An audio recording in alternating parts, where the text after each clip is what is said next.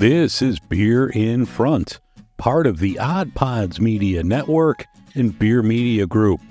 Sometimes the beer in front of you is the best one yet. I'll talk to different people around the beer world and get their stories all about beer. That's Beer in Front, and it's coming up now.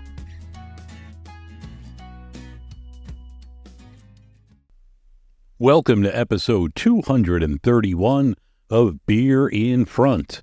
I'm your host, Dave Zalatoris, and Beer in Front is a proud Odd Pods Media Network member and charter member of the Beer Media Group. Today's show, I'm going to have Dirty Water. This is a new product out of New York. I'm going to talk to their founder and CEO, Dominique Minogue, and we're going to have some Dirty Water. It's really good, so you're going to have to check this out. Also later in the show, since October is winding down, I'm going to have the Sierra Nevada Oktoberfest as the beer in front. I know all the Christmas beers are already coming out, so I'm going to have one last Oktoberfest for the road, so stay tuned for that later in the show. I know some people are inquiring about my back that's been bothering me for a year. Knock on wood, my back is feeling pretty good the last couple of weeks, so I don't know if I've turned the corner, but I do exercises at home. I ice it down a lot, but it's finally feeling almost normal. I mean, the area where I injured it is good. The rest of my back sometimes is here and there, but that's age, and the fact that I drink beer as a side hustle doesn't help. But the back itself is feeling pretty good. I don't know if I'm going to be lifting kegs or anything. It's functional. I don't need Tylenol PM to go to bed. That part's pretty good. So for those that are asking about my back, it's feeling pretty good.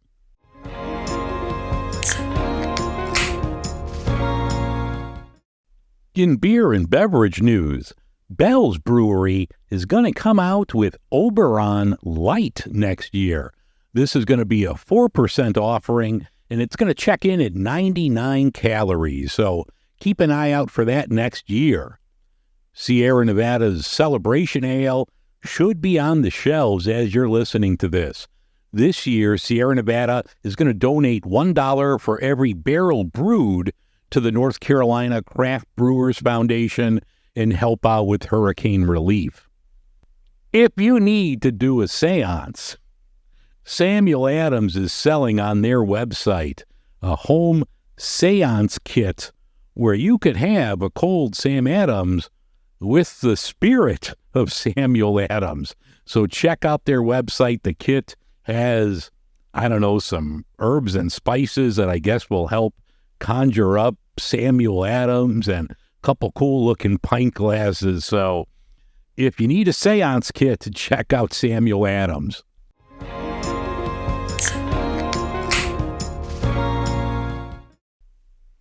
All right, welcome back. Dirty Water is a new hard seltzer that's out that I'm loving. Dirty Water is unlike any beverage that's out there. Unlike others that smell like a cheap car air freshener that you'll get in a Uber to cover up somebody's cigarette habit, this smells clean and the taste is terrific. Did I mention Dirty Water has only 90 calories and 0 sugar and 0 carbs? Joining me now to talk about Dirty Water is Dominique Minogue, the founder and CEO. Dominique, thank you so much for chatting today. Absolutely. Thanks for having me on, Dave. Yeah. Before we get started on Dirty Water, can you tell folks about yourself?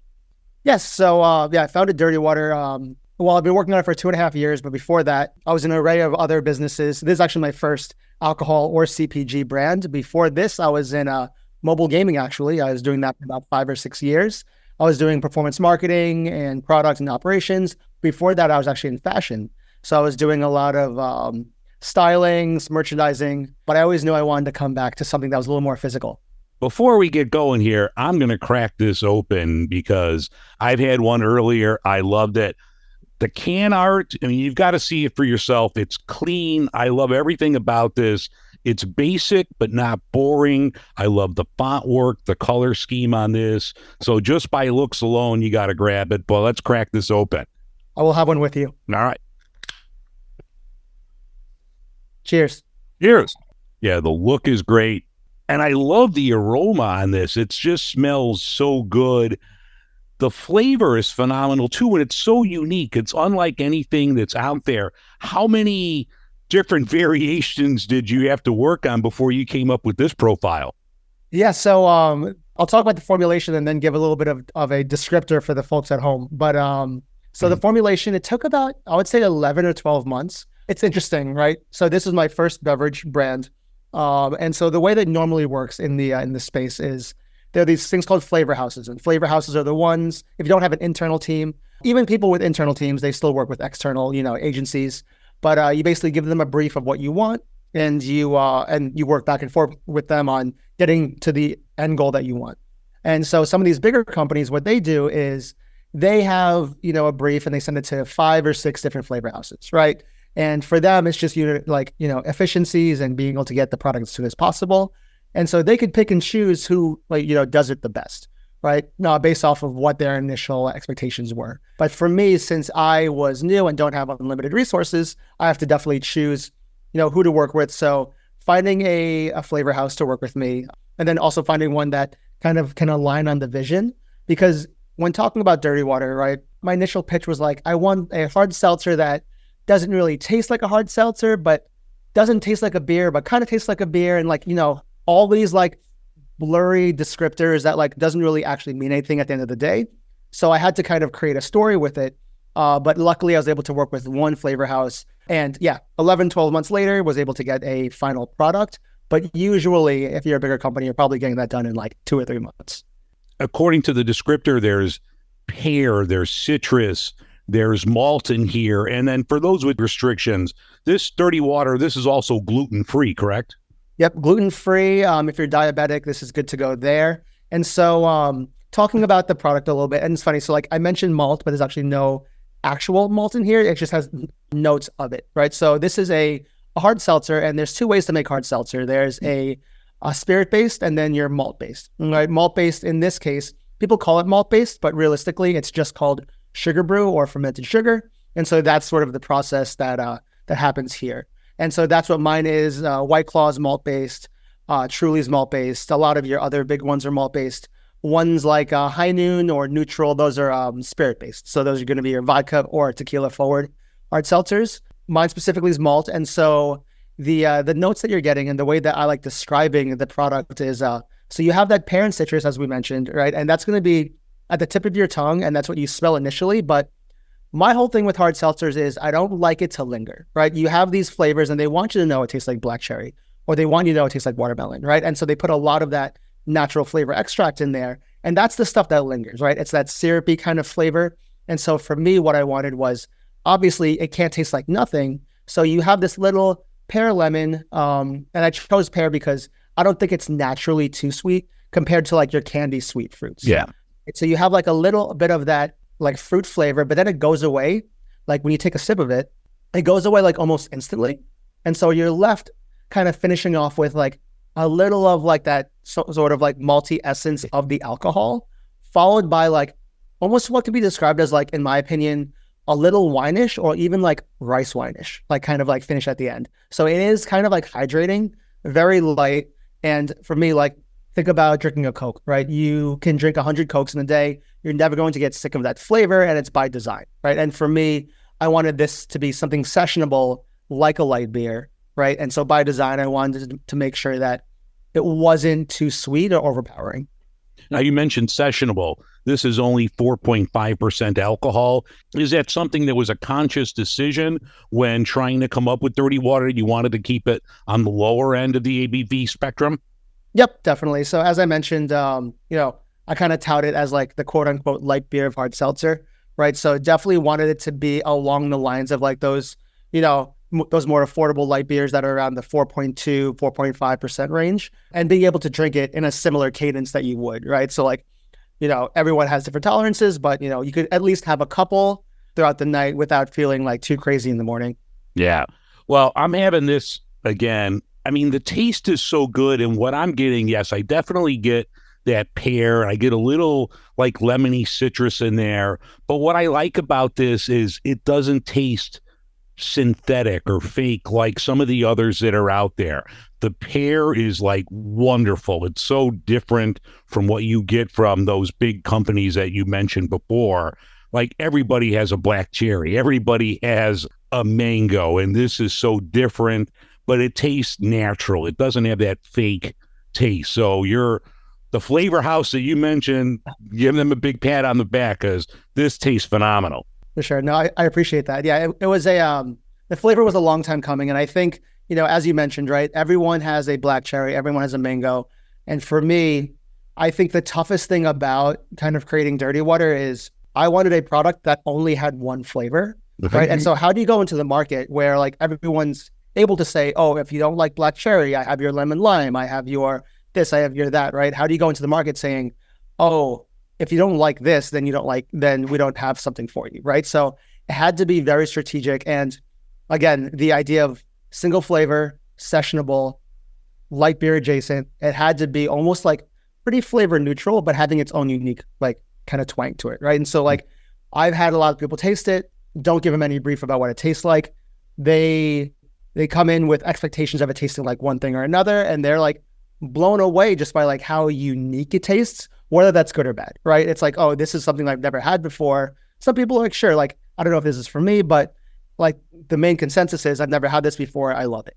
You were talking about variety packs. Do you think down the road that's something you might work on? Because I mean, you just mentioned it. I don't necessarily agree with it because I don't want to get stuck with 3 or 4 cans of something that I'm not going to like. But do you see that as something down the road? Like you might have similar type of flavors? Right. Yeah. I think, so that the exact part that you mentioned about like, being stuck with a flavor. So just the buying habits of people who buy hard seltzers, they don't really buy it for home consumption.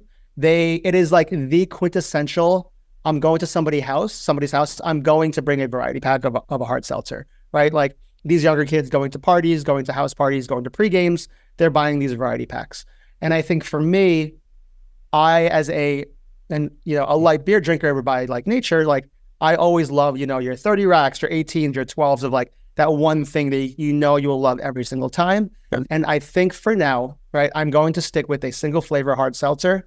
But when it comes to different flavors, right, so one thing I'm actually kind of experimenting with some bars is, having the dirty water hard seltzer on the menu and then saying, oh, for free, you can get a splash of pineapple, a splash of cranberry, a splash of something. If you want like a little bit of a sweeter flavor to it, you could definitely do that. A splash of Sprite can go a long way. But, I think the same way that Bud Light has Bud Light and then Bud Light Lime, right?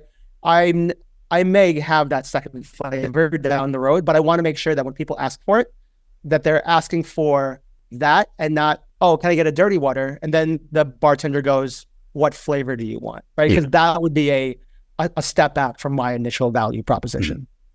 Have you noticed like some of those flavors work better? Like you mentioned at bars, does a shot of pineapple work better than this one or that one? Yeah. So I've tried different things. I think at least for me, and again, I think it's because I don't like things that are too sweet. I've tried things like grenadine, cranberry. While tasty, it is like a little too sweet. I think that flavor just really like cuts through like everything. Okay. Pineapple's very nice. Things like Sprite, I think like really does work nicely because it adds like a little bit of a punch because of the carbonation. But yeah, I'm still experimenting. This has been really nice as like drink toppers. So there's this one place that does almost like an Aperol spritz, like with Campari vermouth. I guess like Campari spritz, and then finishes it with this instead of a hard just a regular seltzer, and that works very nicely. I have some Aperol in my cupboard. I might have to try that a little later. There you go. Now, right now, dirty water is available in the New York market, but shipping is available for those outside of that area. Are there plans to expand your footprint? Like I hear there's this little town called Chicago that might be interested. As a lover of Chicago, and when talking about what pairs well with dirty water, a hot dog or a sandwich from Portillo's will go a long way with the dirty water. So just throwing that out there if you're ever doing a browse. But yes, no, I definitely want to expand. I think the way that this beverage is set up and sort of marketed initially, I think the Northeast market goes really well with dirty water, right? So you have drinks like Narragansett, Genesee, PBR, right? Things that are like kind of Northeast staples. And for me, explaining the value proposition of there's not much customer education needed, right? People are like, oh, I understand your value prop. I love it. I always wanted like a quote unquote healthier alternative to my everyday beer, right? And so this kind of fits that mold. Nearby markets like Chicago, which again I do love, are natural fits. I think it's when you start going a little bit more west that there is a little bit more of a taste differentiation, right? I had some people taste it in San Diego area and sort of SoCal, NorCal. Some people like it a little bit sweeter, right? Some people want that sweetness, almost like that sort of like beachy vibe kind of drink, which this is a beach drink, but I would consider it more of like a Jersey Shore beach drink where it's like, it's not, it doesn't feel like like tropical. It just feels like, you're playing cornhole on the beach, right? Mm-hmm. This is that sort of beverage. Yeah. But yes, no, I definitely want to expand out. And that's a nice thing about having it online, is you can have that, by you. And so one of the things I've been really trying to make sure is, because alcohol regulations are so tough, being able to sell at certain price points is kind of difficult depending on like what channel you sell it through, especially online, right? When you have shipping, which is an arm and a leg for something that's heavy and you want it to be affordable, right? That's always kind of tough there. So I do want it to get it so if someone wants to order it online, that they can get it at a similar price to what they would get it at a gas station over here in New York, right? Mm-hmm. Or at a bar, right? So I'm definitely trying to make it so whoever wants it can get it, and at the value that I think that they should have it at. Are you available in every state for shipping? I know every state's different with alcohol laws. I know there are some states that are not. I can't name them off the top of my head, but I think it's like at least 40 something states that I could ship to through. There's a list on my website. Okay. Hopefully most people can hit that. Yeah, absolutely. How has the response been from consumers? Like, do you do in the New York area, you go to beer festivals or items like things like that where people could try it for the first time? What kind of response are you getting? Yeah, so definitely do a lot of beer and wine festivals in the New York City area, do a lot of like pop-ups and sponsorships and events. Reception, I would say, yeah. Again, it being a single flavored beverage, it's not going to be for everybody. But I think in mass, I would say like 98% hit rate of people like really enjoying it, which, I'm very grateful for, right? So I think, it's one of those things where if you don't love it, you're at least neutral on it. And if you're neutral on it and it's cheap enough at a bar, you'll still get it, right? So I think that's sort of like the goal, is being that almost like beer shot equivalent, but with a hard seltzer. It's like, oh, let me get a hard seltzer, dirty water, and a shot of tequila or a shot of whiskey, right? So I think that would always be like something that I would love for people to be able to latch onto. But yeah, no, people love the flavor. People love how it's not too carbonated, but it's not flat. I know that one of the big things nowadays are like your spiked teas, and those, I mean, again, in my opinion, maybe my stomach's like a little sensitive. Some of that sweetness kind of like really does a job on me. And it being flat too, I think bubbles do help digestion in a sense, or at least that's what I've been told. Yeah. So like a little carbonation goes a long way. And yeah, it being a little bit more flavor neutral, people really like the nebulous flavor of it. It's almost like, and because it goes away so fast, it's like chasing the high almost. Yeah. Where it's like, oh, I forgot what it tastes like. Let me try it again. Yeah, I might as well have some more. What do you consider like your target audience? Is there like a person you're looking for dirty water? For sure. Yeah. I think eventually, my target audience is everybody, right? But, starting off very simply, I think there are a few key pillars of target audiences that have really grown to like the product quite early. I would say the first target audience, and thankfully they love it, which is one of the, I would say, tastemakers in this space, are your kind of older college / post-grad demographic, the ones that may have been to frats and kind of are now in the working world, but they still have that sort of, I don't know if this is the right term, but like binging mentality. Yeah. Where they do like drinking a lot. This kind of goes well with their lifestyle and culture. And so that's definitely one key target demographic. Another one is, I'll say like the blue collar demographic goes really well I have a lot of people, whether they're bikers or, just like people who are in construction, like they love this product as well. From dive bars and Irish bars and even sports bars, right, that they frequent like after work. This goes nicely. And then another demographic would be, I call them like industry/service. So like the people who do work at the bars, the ones that, may work till 2 and then they want to go grab a drink after it, like, one of the later night spots. And the only late spots open are the dive bars. And the dive bars have kind of a concise menu, and they have drinks that are lighter. You can crush a couple of them and then not feel crazy the next morning. And so dirty water really fits well there. And I think that is one of the people those are the people that I want as some of the first ambassadors, because, those are the ones that can push the product well. Like those people being the advocates, the bartenders, the service workers, they're the ones that can say, hey, like, this is what I drink and this is what I serve. Yeah, so, like, this is my shift beer. It's not a shift beer, it's a shift dirty water, but this is definitely something I'm knocking down. Have there been any surprises along the way, like with one market like really loving it?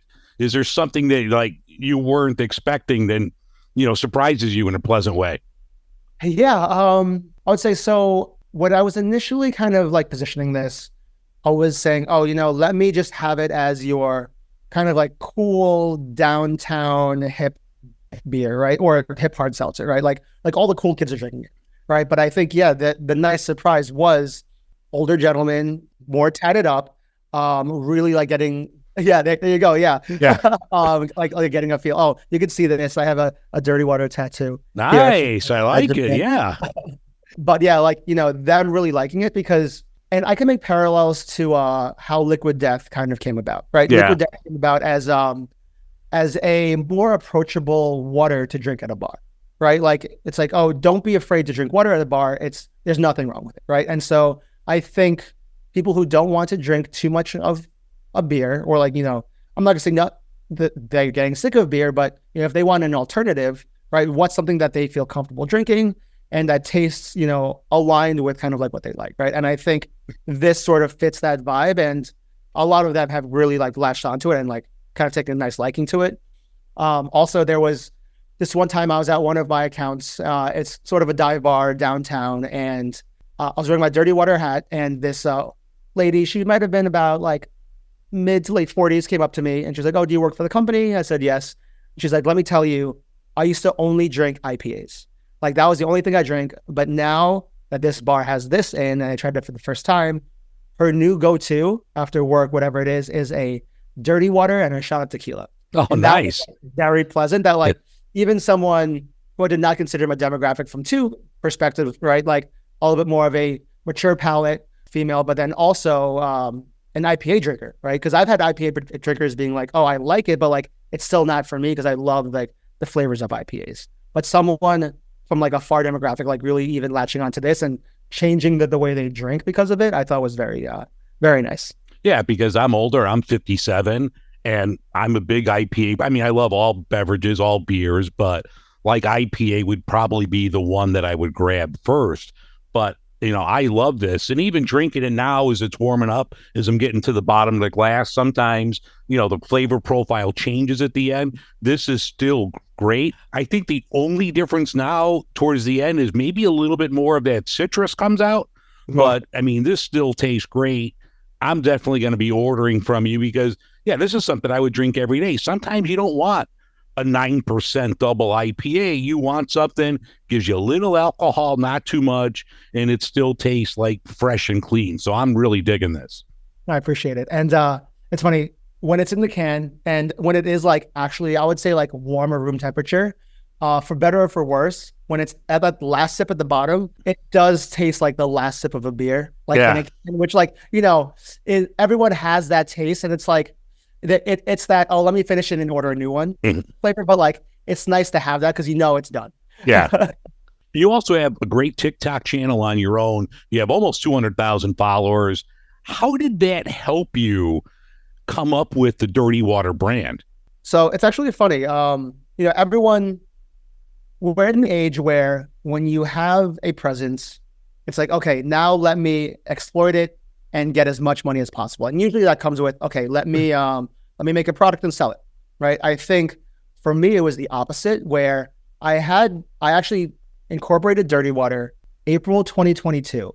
September 2022 is when I started my TikTok.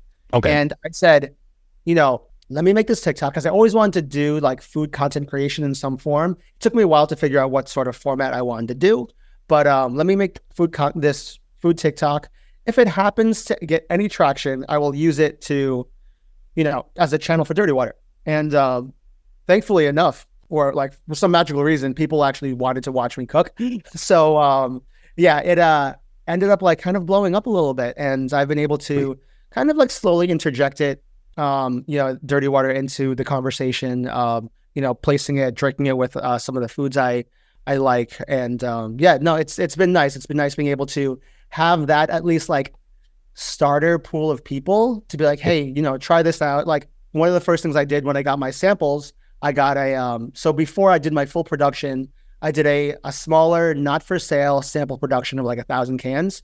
And I would say about a couple hundred of those I gave out to some followers, and, just one-on-one Zoom calls with all of them and say, hey, like, I would love for you to taste this in front of me and kind of like give me honest reactions, and kind of like chat with them about the product. So that was very nice to be able to easily get people to want to try my product for free. It's a great product. I do love your channel. I'll have to do a video of one of your recipes with a dirty water. I know you mentioned a hot dog before, and I was just thinking, while you were talking, there's a place, it's in a Home Depot of all places, but they have Wagyu steak dogs. So I'm like, I was thinking that might go good with this. So I might go well. So in terms of food, I think even though dirty water is like something that I think goes well with pretty much most foods, I think the things that it does really well with, because of the light citrus, because of the light bubbles, and the flavor profile, I think your greasier or fattier foods will always like just do the best, because it is sort of like a palate cleanser. And so I think like a Wagyu fat hot dog sounds like absolutely perfect to match with the dirty water. Yeah, I think I'm going to have to take a run there next week, and I'll grab that and have that with the dirty water. But yeah, it's in a Home Depot of all places. Like there's a few of them in Chicago that have hot dogs, and they're phenomenal. But like this one, the one closest to me, has Wagyu, and I think it's like, I don't know, $12, $13 for a hot dog. Amazing. But it's well worth it. It was phenomenal. I definitely have to try that out. Yeah. Here, the Home Depot near me sells cheesesteaks and sausage and peppers. Okay, man, can't go wrong there. Yeah. For some reason, Home Depots do the best food. Yeah. For whatever reason. Yeah. It's like getting those Costco hot dogs for $1.50. Yeah, you're right. Good. Exactly. Yeah. Well, Dominic, I really appreciate you coming on, sending me out some dirty water. This stuff is great. You have to check out their website, check out his TikTok, which I'll post in the show notes. But, I'm not just blowing smoke. This is really good. I love the flavor. I love the pear. I love the citrus, that little malt that you mentioned. This is excellent. So if you're not a seltzer fan, try it. Trust me on this one. Try it. But Dominic, thank you so much for coming. I really do appreciate it, sir. Dave, thank you so much. It was a pleasure. All right. Take care of yourself. We'll talk to you down the road. Chat.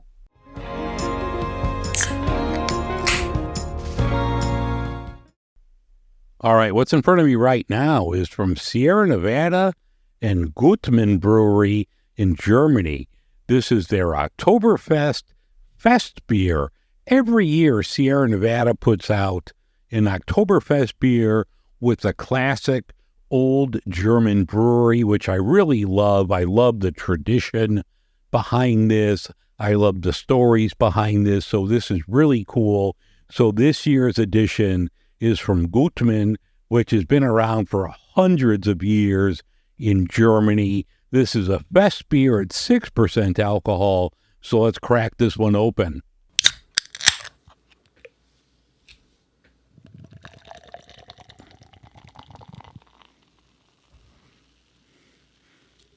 Now, this is a Fest beer, which is lighter in color than the usual Marzen-style beers that you get out there, but it's really great color, good foam here. Smells great. You get a lot of like the malt notes, a little bit of the hops. It's not as strong as some of the Marzen styles, but I really think the aroma is great on this. Yeah, that just screams Oktoberfest to me. Really good. You get a little bitterness there, not a lot, but it's there. So you get those like old school noble hops in the taste. I think this is just phenomenal. And everyone they put out every year, I mean, it varies year to year with the brewery, but they're always great. And this one is no exception. This is just a fantastic drinking beer, something that you could crush at 6%. You could put this in, put your brats in a big pan, throw some of this in there. You're good to go. Yeah, like the flavor, I get a little bit of that malt sweetness there. At the end, you get a little bitterness, like I mentioned earlier. I just think this is fantastic all around. Good mouthfeel to this. This is something that you could have more than one of if you're in the mood for that. I just think this is really good. I need to do an episode of just like brats in an Oktoberfest. And I remember like a couple years ago, locally here in Chicago, Dovetail, they had brats, and I think it was from the Cermak market, and I could be wrong, so my apologies if I'm wrong, but they made a bratwurst with their Oktoberfest from Dovetail, and that was just really good. I threw those on the grill. Those are great. So I need to do like a food segment on some great bratwurst that I grill, and then I'll just steep in an Oktoberfest.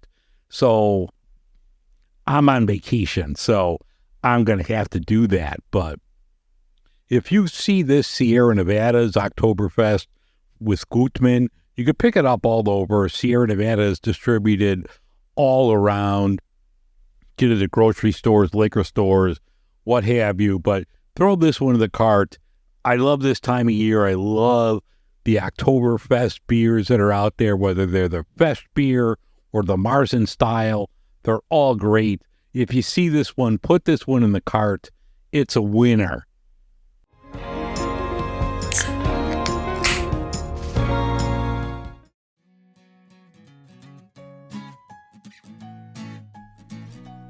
All right, that's going to wrap things up for this edition of Beer in Front. I thank you very much for listening, and once again, I want to thank Dominique Minogue from Dirty Water. You need to check this out for yourself. I'll include the link in the show notes so you can grab some Dirty Water for yourself. If you need to get a hold of me, you can email me, dave@beerinfront.com. Have a great week, everyone, and remember, sometimes the beer or dirty water in front of you is the best one yet.